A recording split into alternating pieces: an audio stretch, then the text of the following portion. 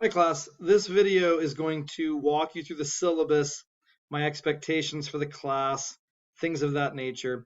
I want to start with the home page of Canvas. So if you go to the Canvas shell for this course, you're going to see something like this, what's on the screen. Um, you have a video there that will introduce myself, will tell you a little bit about my family and the course, and that can help you sort of get adjusted, understand what kind of person I am, where I come from, all of that. The Canvas shell itself is pretty easy to navigate. So on this side here on the menu, if you click on syllabus, it's going to take you to the syllabus document. You need to read the whole thing. It's a contract, so it's important that you read it. There's also this video there that you're watching. Most of what you need is going to be under modules here. So if you click on modules, the larger papers are called CAP papers, critical assessment papers. This gives you the written instructions. There's video instructions. There's 2 examples of A papers. And that will help you with all things CAP papers. Please read, watch, and look over this before you write your first CAP paper. And then the way the modules are broke down is week by week. There's 7 weeks in the class, and week 1, the schedule, it's going to tell you when everything is due. You have lectures here. Watch the lectures. A lot of students don't watch the lectures, and it is apparent to me when they don't, based on their reading reflections and their responses on the discussion board. Watch the lectures, right? You've got your discussion board where you're going to post there. You've got my responses. I make video responses throughout the week. You've got PowerPoints. Everything you need for week 1 is right here under week 1 module. If you keep scrolling down, you'll get to week 2. The schedule is right there, lays everything out for week 2, when everything is due. And then you also have the lectures, the discussion boards. At the bottom, right, your CAP papers due, and you can submit it there. So the modules for each week should be complete and helpful. Of course, you can go straight to assignments and do your assignments that way as well. In terms of the syllabus, so you've got the course description. So you're aware in ethics, right, we're going to be covering 3 moral theories. So there are 3 large moral theories in the West: utilitarianism, deontology, virtue ethics. These are not a set of moral conclusions. So it's not like, oh, utilitarians are in favor of the death penalty or deontologists oppose abortion. It's not like that, right? Theories are just ways of reasoning. So when I think about saying, doing that is wrong, you shouldn't do that, that's immoral. Why? What makes that immoral? Moral theories are a set of justifications, a kind of logic that would explain why something may be right or may be wrong, how to live the good life, a rubric for decision making. So we're going to sort of look at 3 different ways in which we might evaluate moral judgments, moral decisions, moral actions. And then we're going to do some applied ethics, meaning we're going to take some of those moral theories and we're going to apply them to situations like, is it moral and just for the government to tax rich people at a higher rate? When is violence justified? Is it ever justified? When might war be justified, right? We'll look at specific moral issues and we'll apply the theory we've covered to those issues. At the end of the class, I'm hoping that you have a clearer sense of your own moral worldview. I always think of it like it's your moral tool belt. I want to give you tools for your tool belt.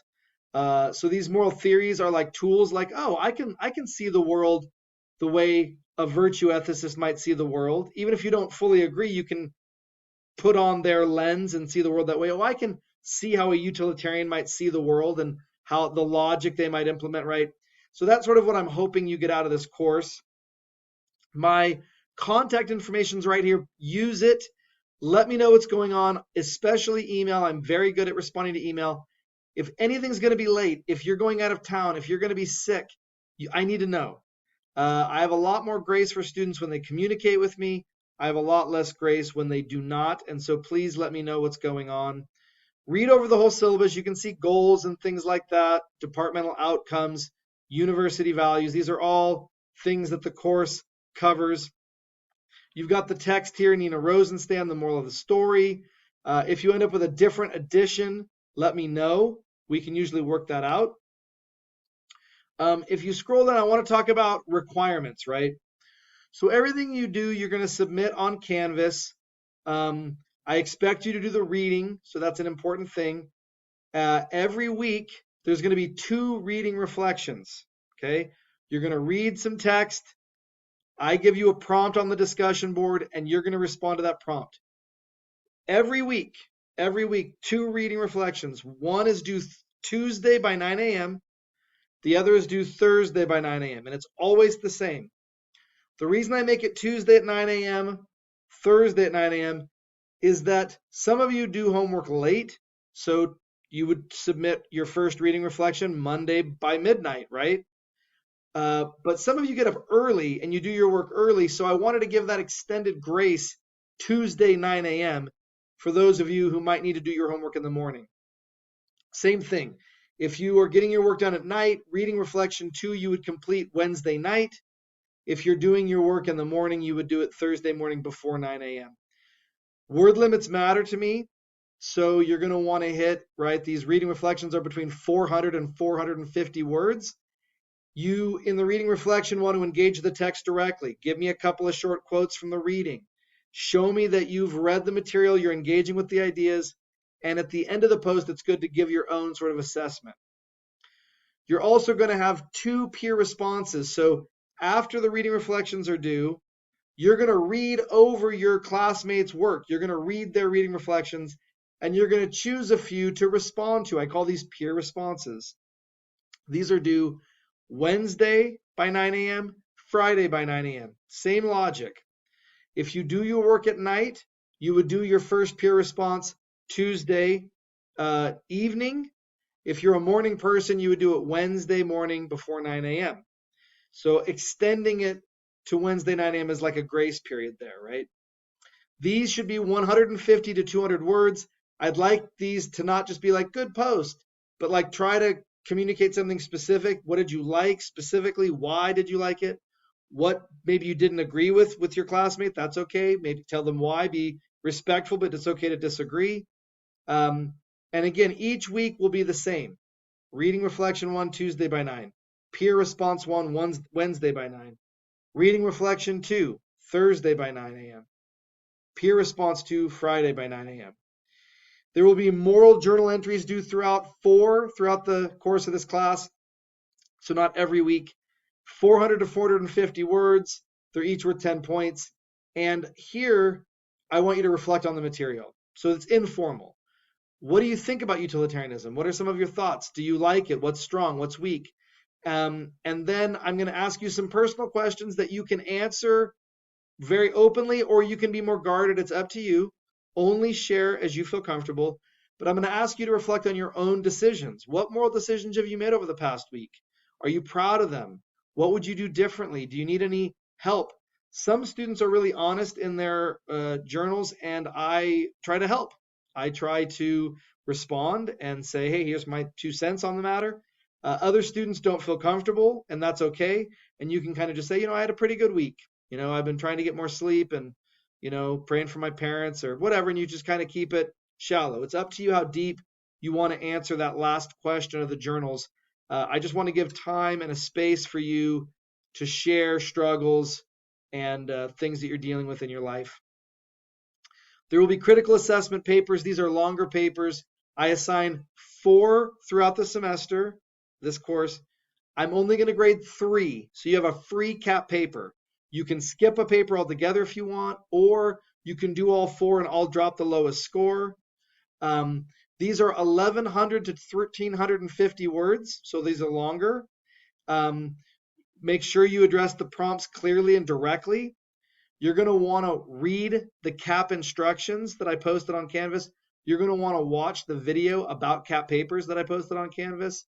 That's going to really help. But ultimately, I want the CAP papers to do 2 things, right? I want you to show that you understand the reading for the week, that you can directly give me some short quotes from the reading, and that you understand what the author was trying to communicate, and that you can make an argument. that you can say, and I have some questions. I have a problem with this theory, and here's my objection to it, and you're going to outline that clearly, right? So part of it is describing the views of others, these cap papers. Part of it is making an argument of your own. It's important to note that I do not typically accept late work. So if you just submit something late, you don't contact me, you don't let me know, your grade will get hurt as a result. If something's going to be late, if you're sick, if things happen in life, someone passes away in your life, other things, let me know, communicate with me, over communicate, and I'll try to work with you. That's important to note. In terms of respectful language, we cover controversial topics. I don't mind disagreement. I think it's good. Just be respectful in the way you address me and the way you address classmates and the way you address the material. So you want to be humble. You don't want to say like, this theory is dumb, right? Aristotle's been around for a few thousand years. He's pretty influential, right? He's not dumb. So you want to say things like, there are things about Aristotle that are strong, but there are a few questions I have. There's a few elements that I'm skeptical of. Here's why. The way you phrase things, the way you engage the material, the way you engage one another in your peer responses is important. So feel free to push back, feel free to ask questions, but just do so in a thoughtful way and in a respectful way. That's really important, right? Again, read over the syllabus. It's important. Here's the course schedule. You can find that on Canvas, but it's laid out for you week 1, when everything is due each day, what to read, right? So you have page numbers, all of that. Then you have week 2, the topics, the page numbers. So this, in the syllabus here, this is going to give you every day a breakdown of what you should be doing in the workload. If you scroll down, we're going to get to what the points are. There's a total of 400 points in the class. It shows you where all the points come from, and then it gives you the grade breakdown. At the end of the class, I'm going to look at your total points. I'm going to use this grid score, and that's what your final grade is going to be. So this total point score here at the end is how you'll know what grade you're going to be getting. Cheating is on the rise. Plagiarism is on the rise. Please don't plagiarize. Don't cheat. You cannot use assignments from other classes in this class. You've got to use your own original work for this class. Don't cut and paste from the internet. If you quote something, cite it. And now with ChatGPT, reading reflections, peer responses, it's just so easy to cheat. Don't do it. It's okay to use AI. It's okay to use ChatGPT. Ask it questions. Have it find you resources.